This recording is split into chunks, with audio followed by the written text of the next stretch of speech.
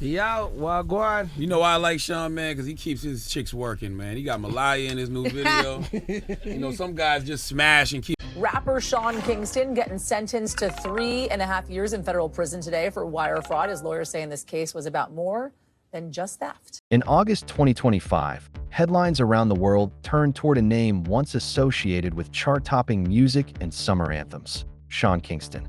Known for breakout hits like Beautiful Girls and Fire Burning, Kingston's rise to fame in the late 2000s made him a household name, blending catchy melodies with a Jamaican-American identity that resonated globally.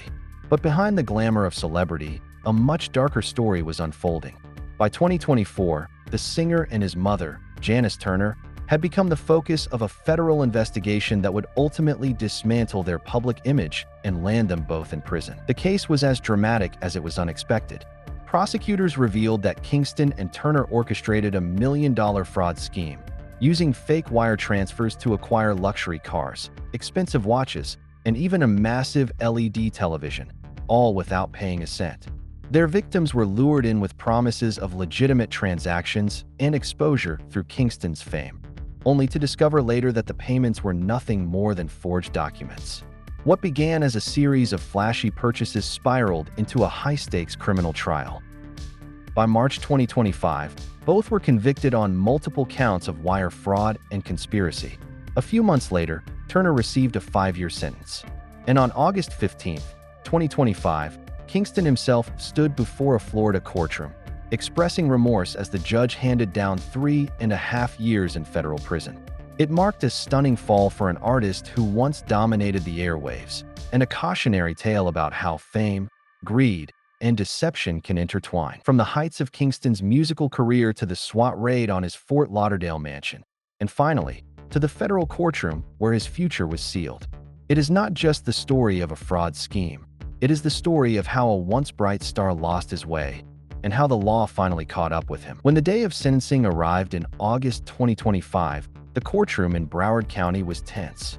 Sean Kingston, dressed in a simple suit, no longer the flashy figure seen on music videos and red carpets, faced the stark reality of federal justice. Judge David Leibovitz presided over the proceedings, weighing the testimony, the evidence, and Kingston's final words. Standing before the court, the once celebrated artist offered an apology, acknowledging the harm caused and the lessons learned. Yet apologies could not erase what prosecutors described as a calculated and deliberate scheme, one that exploited his celebrity status to deceive others. Kingston's crimes centered on wire fraud, a serious federal offense. Over the course of nearly a year, he and his mother, Janice Turner, engineered a pattern of deceit, using fraudulent wire transfer receipts to obtain more than $1 million worth of luxury items.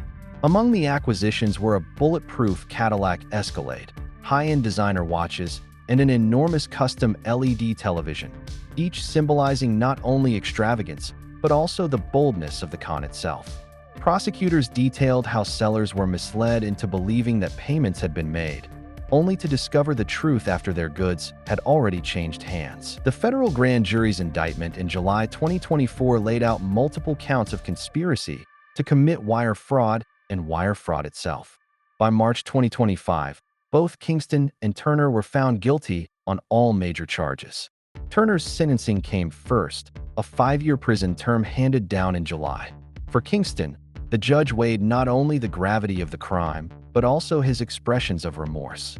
In the end, the sentence was set at 3.5 years in federal prison, 42 months behind bars, followed by 3 years of supervised release. Prosecutors made their position clear. Sean Kingston, they argued, was a thief and a con man, a man who leveraged his fame to manipulate others for personal gain. Yet the judge's decision reflected a slight leniency, noting Kingston's acceptance of responsibility, a stark contrast to his mother's more defiant stance in court. Still, the outcome was decisive. The man once celebrated for his voice and charm was now branded by federal conviction, his legacy reshaped not by music, but by crime. Inside the courtroom, the contrast between Sean Kingston's public persona and the man before the judge could not have been more striking. For years, he had been celebrated as a performer whose songs filled clubs and airwaves with upbeat energy. But on this day, in August 2025, There were no flashing lights, no cheering crowds, only the steady silence of a federal courtroom waiting to hear his fate. The proceedings were deliberate and sobering. Prosecutors outlined in painstaking detail how Kingston and his mother had orchestrated their scheme. They described victims who had been duped by fake payment receipts, business owners who trusted Kingston's celebrity status, and the trail of unpaid debts left behind. Their words painted him not as a misguided star, but as a calculated fraudster, someone who weaponized fame to swindle those who believed in his reputation. A thief and a con man. One prosecutor called him, a sharp label that hung in the air like a verdict of its own. When it was Kingston's turn to speak, the courtroom shifted. His voice was quieter than the booming choruses that once topped charts. He apologized to Judge Leibovitz, admitting that he had lost his way and expressing a hope to rebuild when given another chance. His attorney requested that he be allowed to delay his prison surrender due to health concerns, but the judge denied the appeal. The order was firm. Sean Kingston would be taken into custody immediately. Judge Leibovitz's remarks revealed a balance of justice and measured understanding. He acknowledged Kingston's acceptance of responsibility, noting that unlike his mother, who had been combative during her hearing, Kingston had shown genuine remorse. It was this acknowledgement that spared him a harsher sentence under federal guidelines. Still, the weight of the law was clear. No amount of celebrity or apology could shield him from accountability. As court officers moved in to escort him away, observers saw a man at a crossroads, no longer the smiling star of glossy magazine covers, but a cautionary figure in shackles. The courtroom proceedings did not just decide his prison term. They stripped away the illusion of untouchability, revealing the reality that even fame must bow to justice. To understand the depth of Sean Kingston's downfall, one must look closely at how the fraud itself was carried out.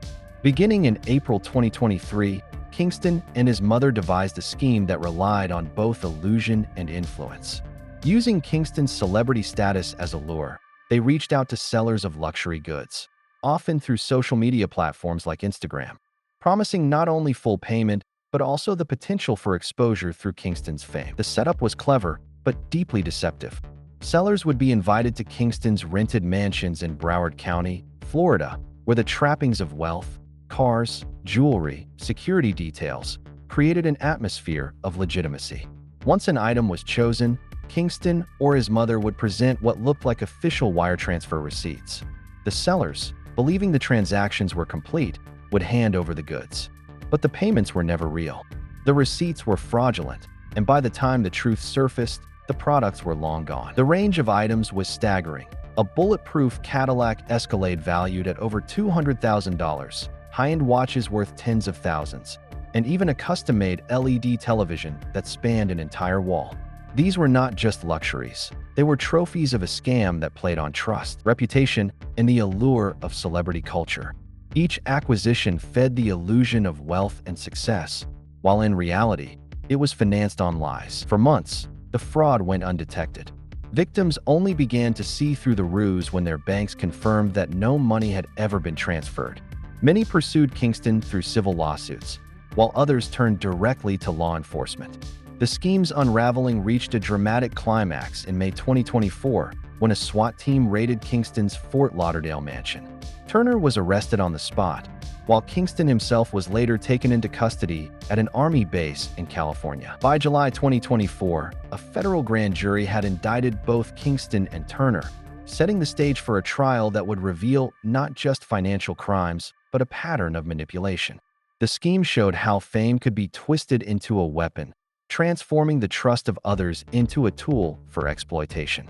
And it left behind a trail of victims, individuals and businesses alike, who learned the hard way that not all that glitters in the world of celebrity is truly gold. To grasp the full weight of Sean Kingston's fall from grace, it is important to remember where he began. Born Kezian Paul Anderson in Miami in 1990 and raised partly in Jamaica, Kingston's entry into the music industry was meteoric. In 2007, his debut single Beautiful Girls catapulted him to international fame, topping charts and making him one of the most recognizable young artists of his generation.